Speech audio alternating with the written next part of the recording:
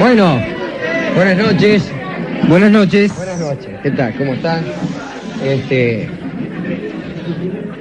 Mientras nos acomodamos, ¿tenemos algún saludo especial o alguna cosa así, Jorge Dorio? Sí, la verdad es que sí, tenemos un... Sí, primero a las personas que el viernes pasado estuvieron en el sindicato de los gastronómicos, que fueron muchísimas, y particularmente aquellas que quedaron fuera y que no pudieron entrar.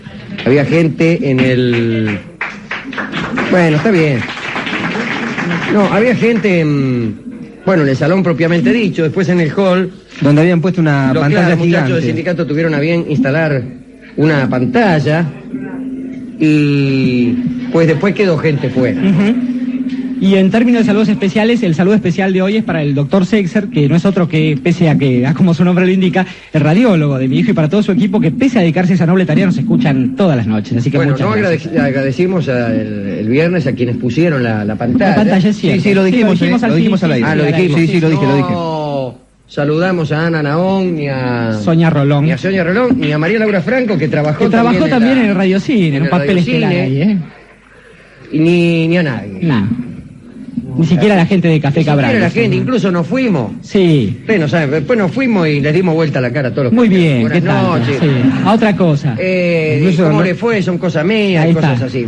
¿Qué tanto saludar? Sí, Ni entre nosotros nos saludamos. Saludadores ya está Mateico. Mateico y es después nos saludador. separamos los cinco ahí en la puerta y se fue cada uno por su lado. Chao. No nos saludamos. Porque nosotros en realidad en la vida real no nos hablamos. No.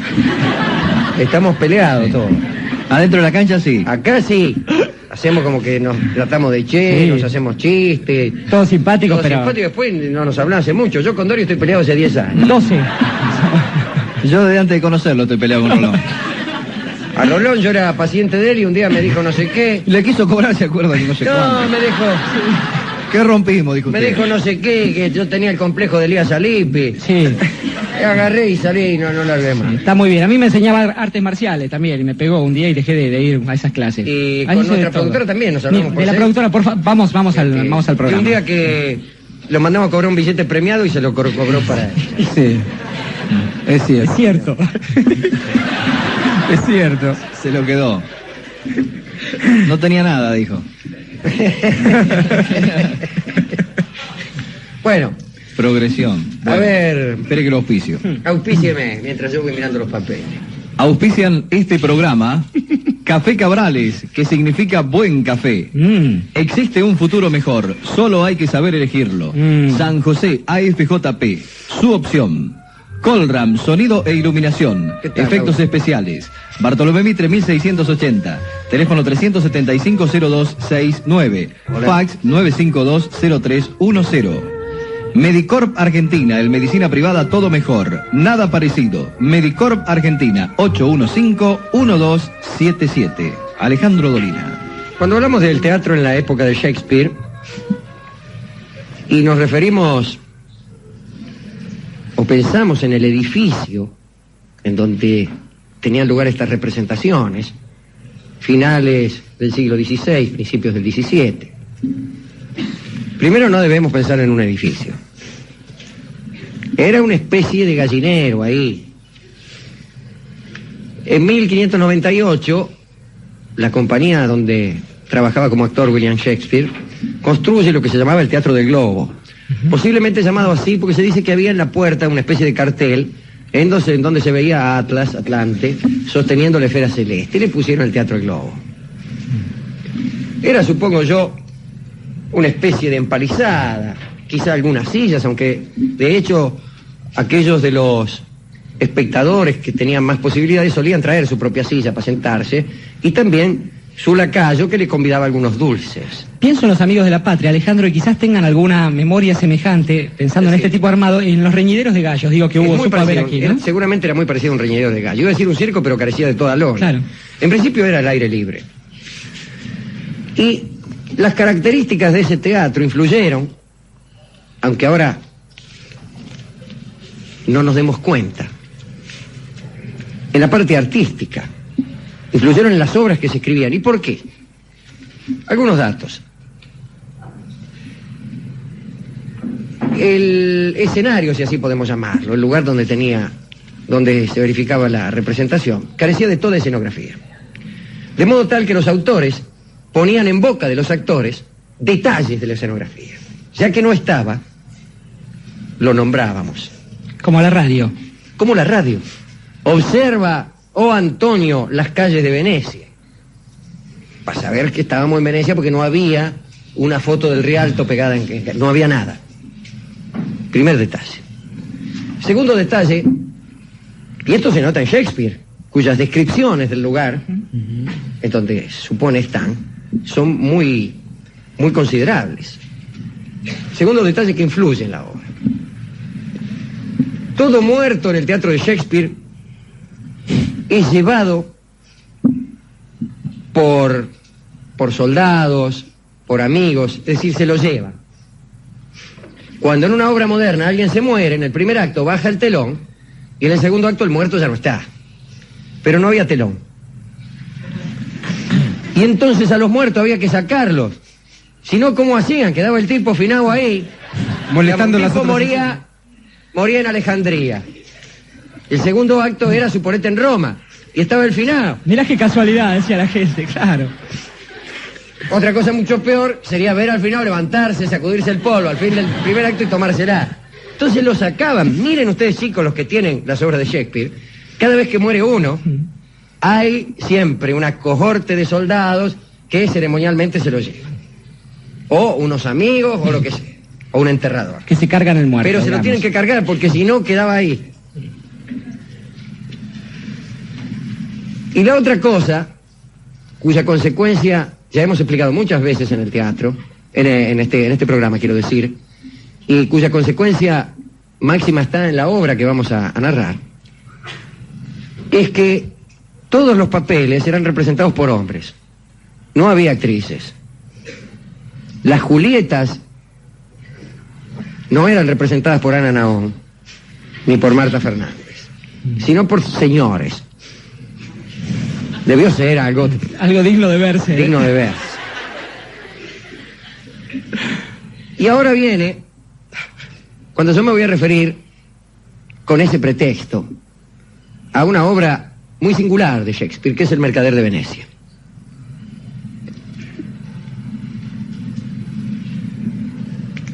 Porcia es una rica heredera. El padre ha muerto y ha dejado un testamento cuyas cláusulas Porcia ha jurado respetar. Una de ellas se refiere al casamiento de su hija Porcia.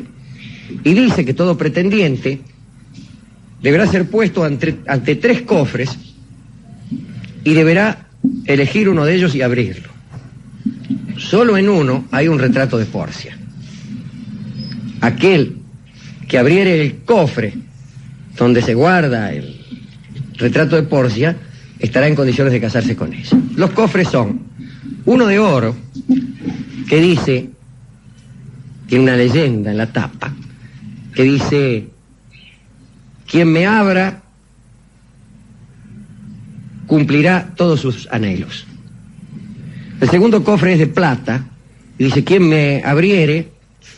Porque hablaba mejor ese cofre. Ese cofre hablaba mejor.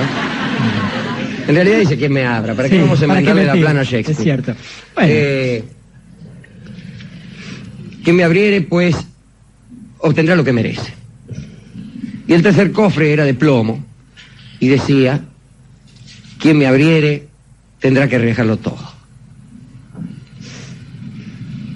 Y vienen pretendientes, muchísimos, porque Porcia estaba muy buena, a pesar de que los espectadores no lo creían así porque era un sujeto. Digamos, aquello que se llama el physique du rôle valía únicamente para los hombres, ya que no para las mujeres. Vienen príncipes de todas partes. El príncipe, un inglés, un francés, el príncipe de Marruecos, un infante de Aragón. Y ninguno acierta. Viene, por ejemplo, el príncipe de Marruecos y elige el cofre de oro y encuentra dentro una calavera con un papelito en los ojos vacíos donde dice: oh tú que te guías por las apariencias, has de saber que no es oro todo lo que reluce, vete con viento fresco. Un infante de Aragón que viene y elige el del plata, encuentra el retrato de un imbécil, dice, no dice quién, con el ceño fruncido, y un papel también con recomendaciones acerca de la inconveniencia de creer en los propios merecimientos. Cada postulante debía jurar 3 cosas. La primera, no revelar jamás qué cofre había elegido. La segunda, no pedir jamás, en caso de serle aciaga la suerte, la mano de ninguna otra doncella. Y la tercera, por cierto, también en caso de perder, alejarse para siempre de Porcia. Porcia en realidad no estaba nada impaciente y no se molestaba mucho por la mala fortuna de los postulantes, porque en realidad ella estaba enamorada de un veneciano, doctor en letras, Bassanio creo que se llamaba. Lo había visto una vez, pero ya estaba enamorada. A los efectos de las obras de teatro no es necesario andar viéndose mucho para enamorarse. Sí. Pero este muchacho Bassanio tenía algunos problemas. Andando corto de dinero, fue a manguear a un prestamista, Shylock. Y Shylock le pidió un garante. Y él trajo como garante a Antonio, mercader, el mercader de Venecia.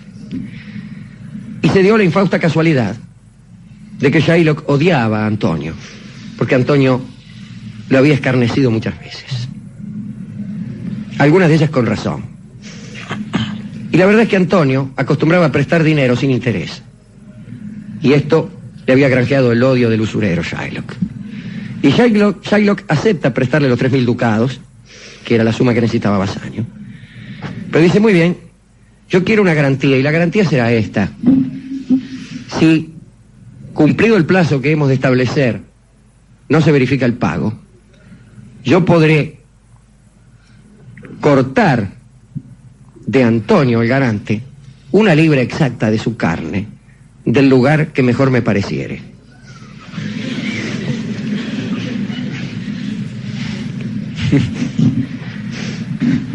Acepta Antonio, confiado en su buena fortuna y en su solvencia.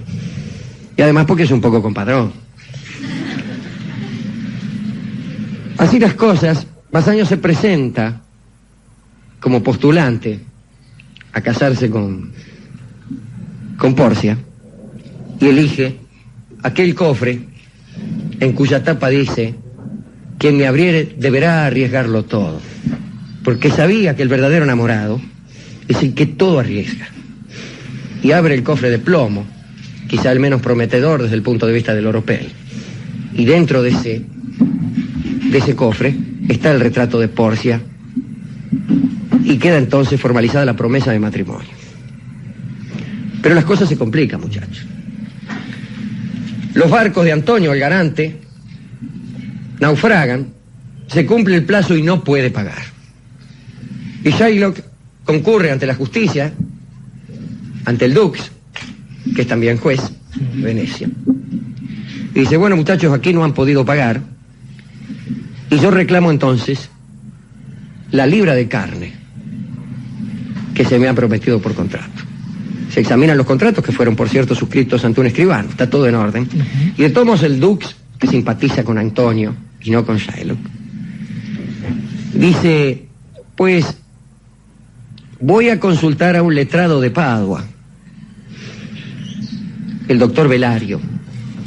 Esperen que yo haga la consulta, que mande mis mensajeros, y después dictaré justicia. Pero queden claro que no podemos pasar por encima de las normas legales. Tal como veo yo las cosas, si este hombre insiste en cobrar de este modo, no tendremos otro remedio que acceder. Se entera Porcia de todo esto. Se entera Porcia de todo esto.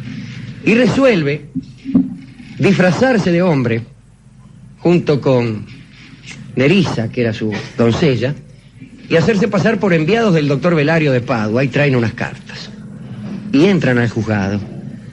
Y dice: somos enviados, somos jóvenes abogados, enviados por el doctor Velario de Padua. Y en ese momento, Porcia Era un hombre que fingía ser una mujer disfrazada de hombre.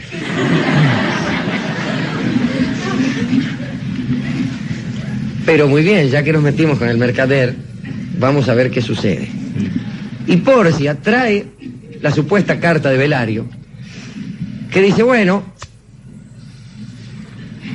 es verdad, este hombre tiene todo el derecho de cortar una libra de carne, porque así consta en este acuerdo.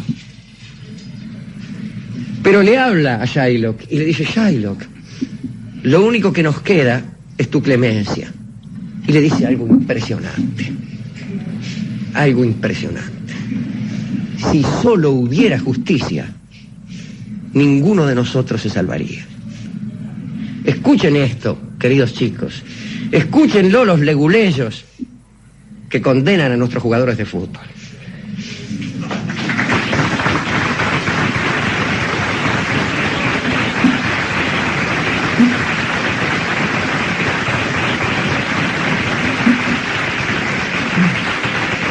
Y escúchenlo todos esos virtuosos intolerantes que amargan la vida. Si solo hubiera justicia, ninguno de nosotros se salvaría. El muchacho de Nazaret no venía en nombre de la justicia, sino en nombre de la piedad, de la clemencia y del perdón. Y es en esta obra, dato erudito, no miento, me voy a equivocar mucho. Iba a decir que en esta obra está la frase la leche de la clemencia, y en realidad está en Macbeth.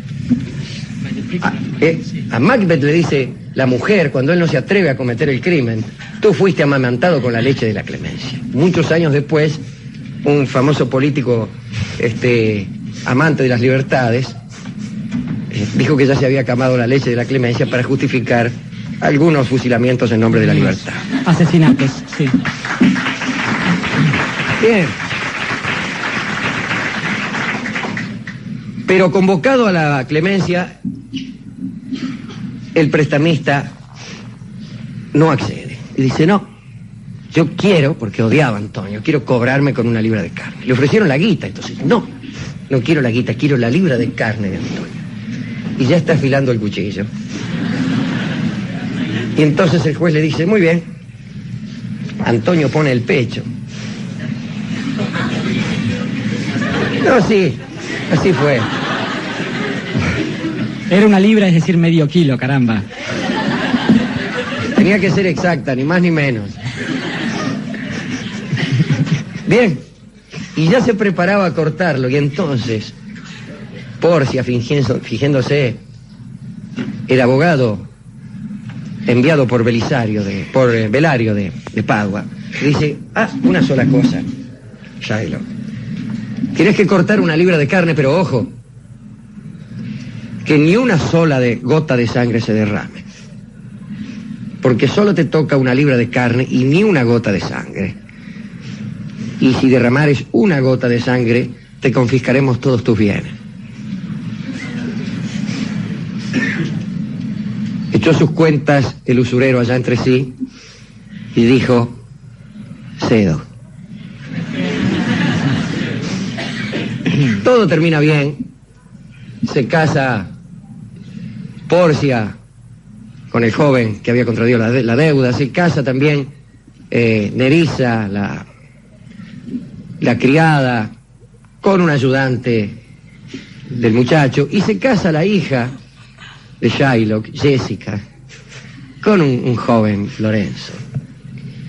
Pero a mí me gustaría, amén de la paradoja que me motivó a hablar del teatro en la época de Shakespeare y de El mercader de Venecia, digo, aquella del hombre haciendo de mujer disfrazada de hombre,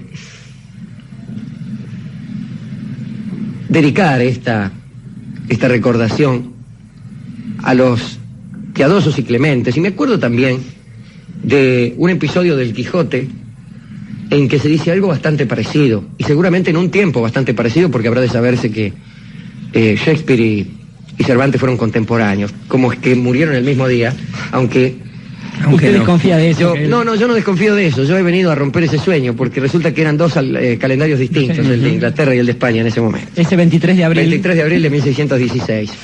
Pero seguramente había 10 días de diferencia. Bueno. Igual era San Jorge, de todos modos, digámoslo. Sí. Ambos murieron un día de San Jorge. Y también en el Quijote, Cervantes dice algo parecido.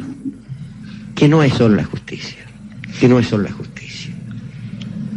Ese es el primer dedicando a los que no solamente tratan de ser justos, sino a los que también tratan de ser piadosos.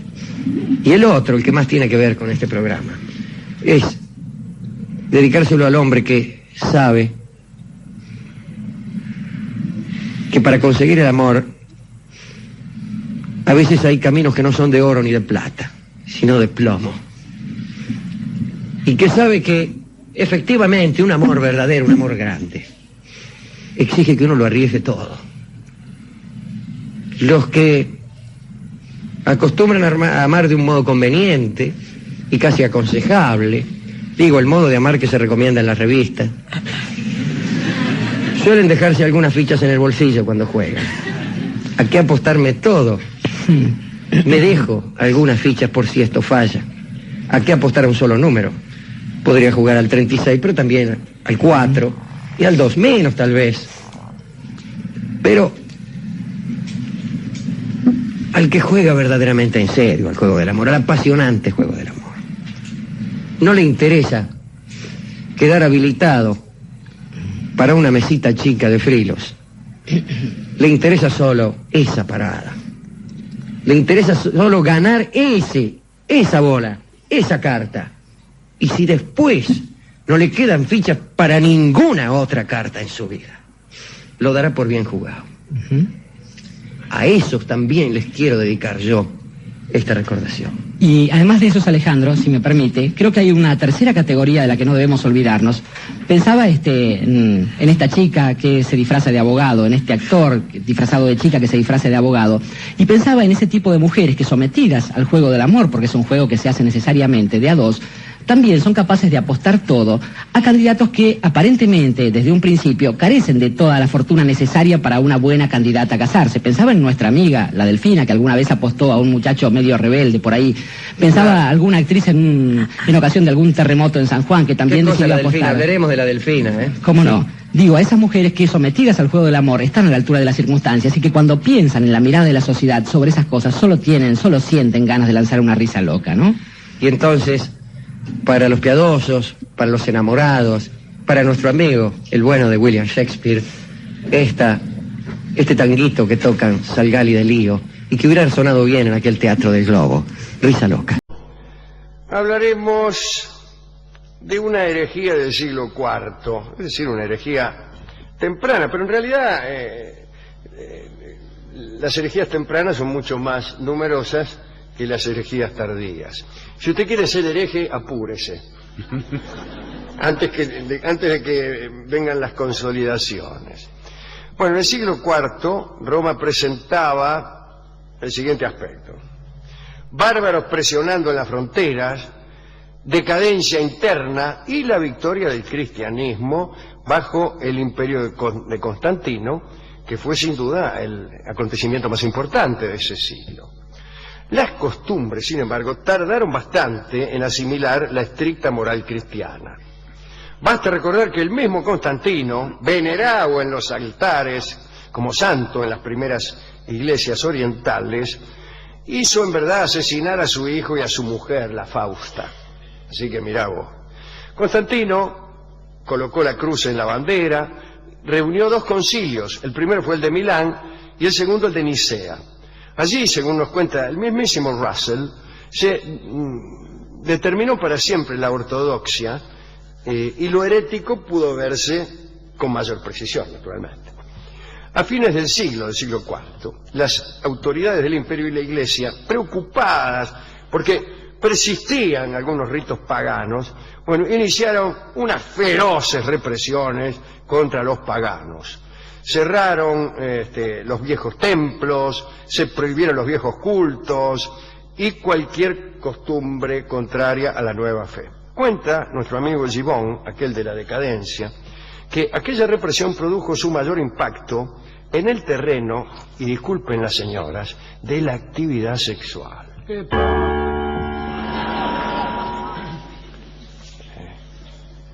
Teniendo en cuenta la amplitud que lo erótico había ocupado en tiempos de los antiguos, bueno, aquella fue una restricción muy notoria de las actividades de Venus.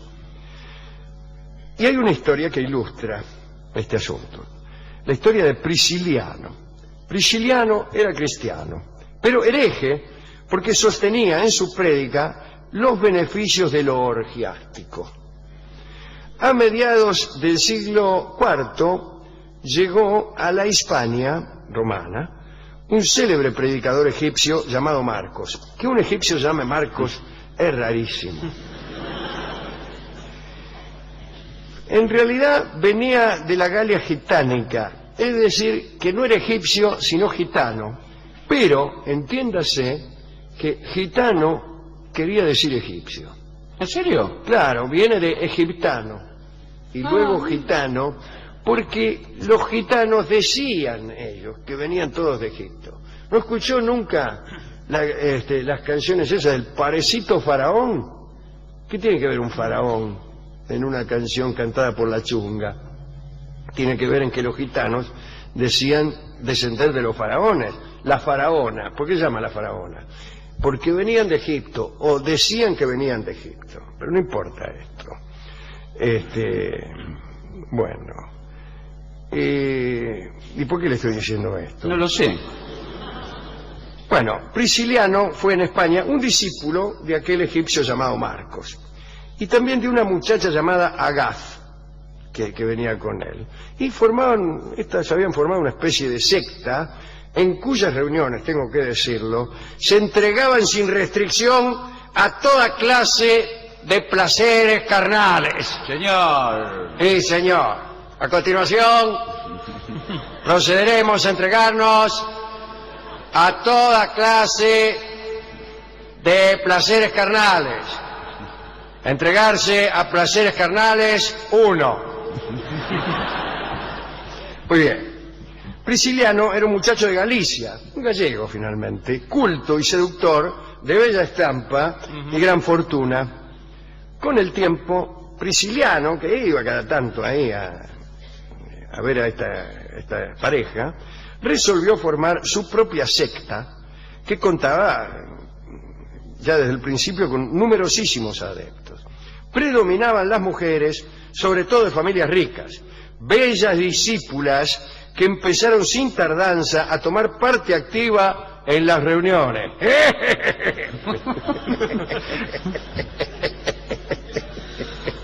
¿Qué harían esas señoras? Qué extraordinario ese comentario.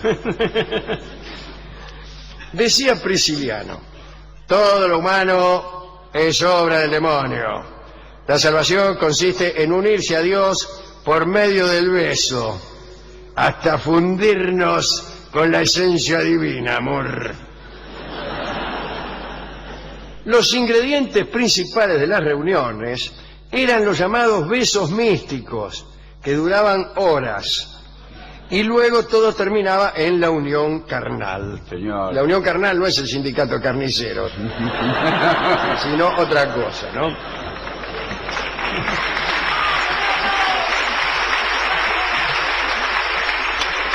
En los momentos de máximo arrobamiento, Prisciliano parecía perder el dominio de su voluntad, como cualquiera finalmente.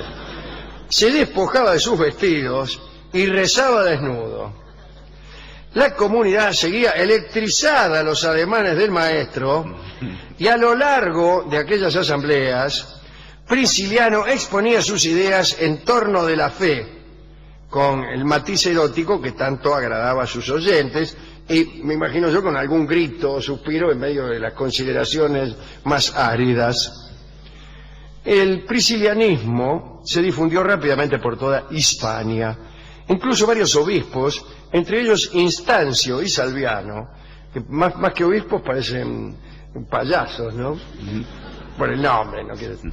Bueno, varios obispos asustados, varios obispos participaron. Entonces, las autoridades, imagínate, che, ¿cómo puede ser? Vamos a terminar con este peligro. Se estaba yendo de las manos. Sí. Y dice, vamos a convocar a un concilio para expulsar a estos herejes que tanto daño nos hacen. Se buscó ayuda también en el poder civil para hacer respetar los edictos conciliares. Habrán ido a la policía, yo qué sé. Y se hizo un concilio en el 380 que tuvo lugar en Zaragoza. Sí, Zaragoza, sí, todo junto. Claro. Se excomulgó a Prisciliano. Y se levante la mano el que quiere excomulgar a Prisciliano, porque le gustaban los versos. Pero Prisciliano y sus íntimos no se asustaron. Los obispos priscilianistas elevaron a su jefe a la diócesis de Ávila y le otorgaron consagración episcopal, es decir, lo ascendieron. Los adversarios, capitaneados por el obispo Estacio, el que entra ligero y se va despacio. Señor.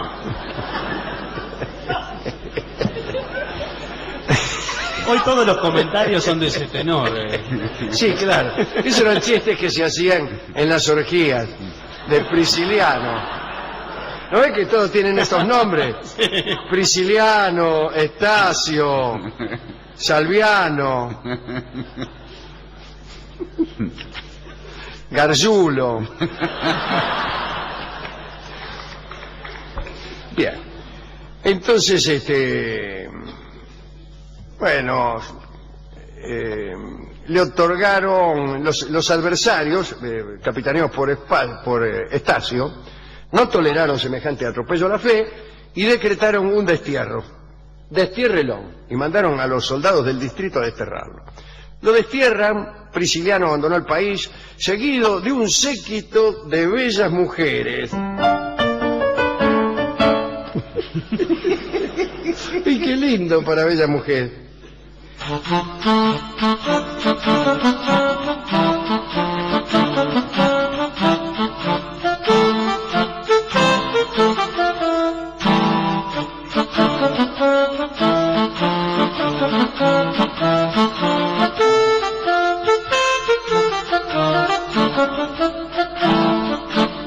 Qué lindo, ¿eh?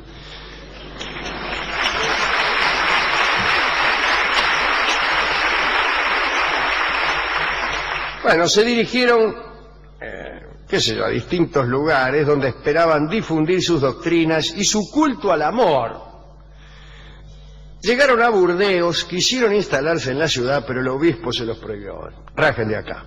Bueno, pero cansado de tanto viaje, Prisciliano ya estaba a punto de abandonar su prédica, pero apareció entonces una mujer.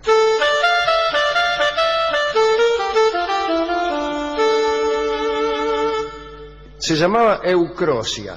Oh, Ahí está. qué nombre. Ahí lo quiero ver. Tiene que estar muy buena, ¿eh? Y Eucrosia le ofreció su casa para establecerse. Y allí, albergado en la casa de Eucrosia, siguió adelante con sus reuniones. Por ahí apareció otro grupo de muchachas, entre ellas Urdica. Sí. Esa me gusta, da ganas de rascarse, ¿no? Sí. Era rubia, Urdica. Y Prócula, Sí. una muchacha hija de Eucrosia, es mejor Prócula que Prócula, ¿no? Prócula que se pasaba procurando toda la tarde. Prisciliano, pese a haber recibido la consagración episcopal que impedía el matrimonio, se enamoró de Prócula o de Procura y le propuso casorio. Y se enamoró a tal punto que le fue fiel.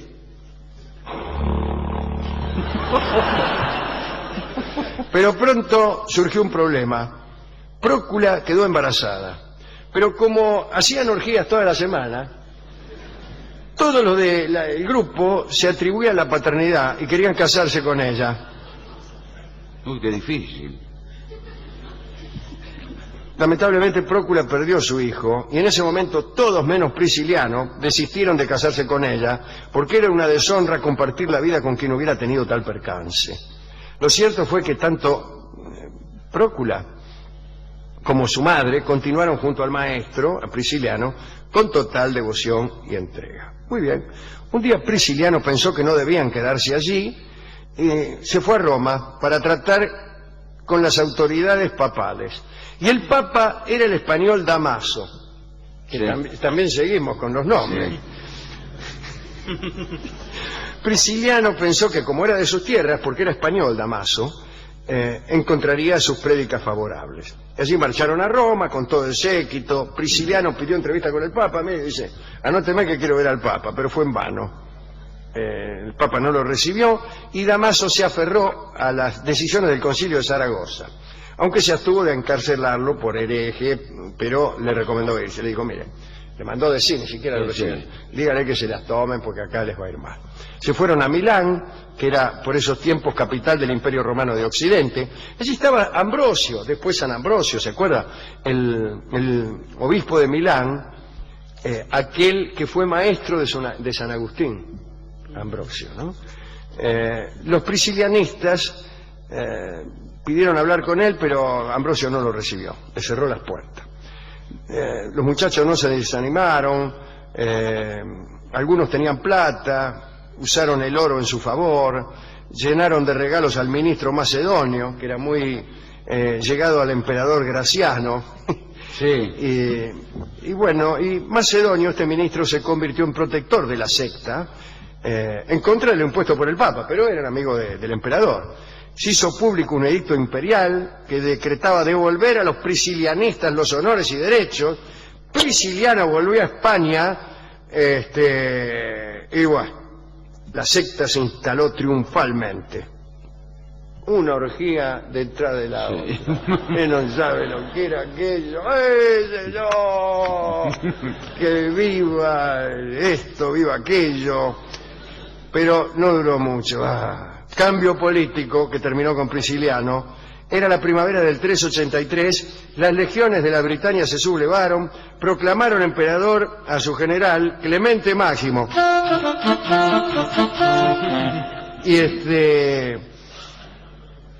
Y Máximo destituyó a Graciano, a Macedonio, al amigo de ellos, y la secta quedó desprotegida. Mientras Prisciliano se encontraba en Tréveris, el nuevo emperador entró a la ciudad al mando de 130.000 hombres por falta de uno y degolló a Prisciliano, a quien consideraba un hereje propagador de satánicas costumbres. Chao.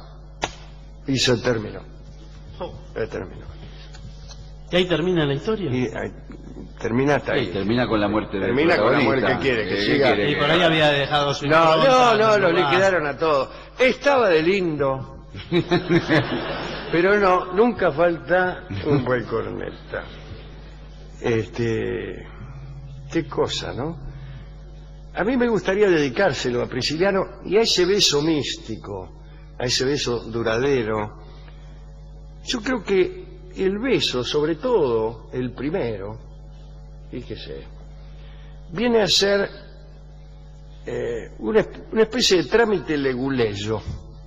A ver, como si hubiera una barrera escribanil que es derogada y cumplida y sellada con el primer beso. El primer beso se pide, pero el quinto no. Es verdad. El quinto no, el primero. El primero sirve para separar al mundo en dos enormes grupos. Los que están dentro de un círculo son los que alguna vez me han besado. Y los que están fuera son los que no me besaron nunca. Y no hay una maniobra que geste una diferencia tan grande. Ni una propiedad, ni un gesto, ni una venta, ni un contrato establecen un vínculo tan grande como el de un beso. Yo creo en el valor del beso. Así que dedico esta charla a los que forman parte de ese círculo. Ya que estoy viejo, puedo hablar del círculo de quienes me han besado alguna vez. Y todos nosotros tenemos al mundo dividido en dos. Los que nos besaron, quienes nos besaron, y los que no nos besaron nunca. Y hay una diferencia de intimidad, de luz, de acercamiento y de intensidad, que hace que sean dos grupos bien diferentes. Bueno. creo en el valor del beso, así que también se lo podemos dedicar a todas esas chicas que formaban parte de ese círculo de Prisciliano y lo siguieron, ¿no? Bueno, ¿le gustó la historia? Sí, muy linda. Bueno. Hemos ido a la discoteca para para El discotecario está fuera del El discotecario círculo no del casó beso. una, ¿no? Insoportable el discotecario. Insoportable. Digo, mire, qué sé yo. No, dice, a mí no me venga con eso de orgía, ¿eh? Dice, porque estaba justo la mujer. Bueno, Estaba una justo fue gorda que visitarlo estaba la- ahí mirando, miraba así. Dice, ¿quiénes son estos? Dice. Dice, no, acá con orgía no queremos saber nada. Entonces, allá entre gallos y medianoche me entregó un tango que tiene algo de orgiástico y algo de santo. Y el tango es Santa Milonguita. Santa Milonguita. Y vamos a escuchar a nuestro querido De Filippo, el mejor bandoneonista del mundo y alrededores, en este solo de bandoneón con el tango de Enrique Delfino que se llama Santa Milonguita. Adelante.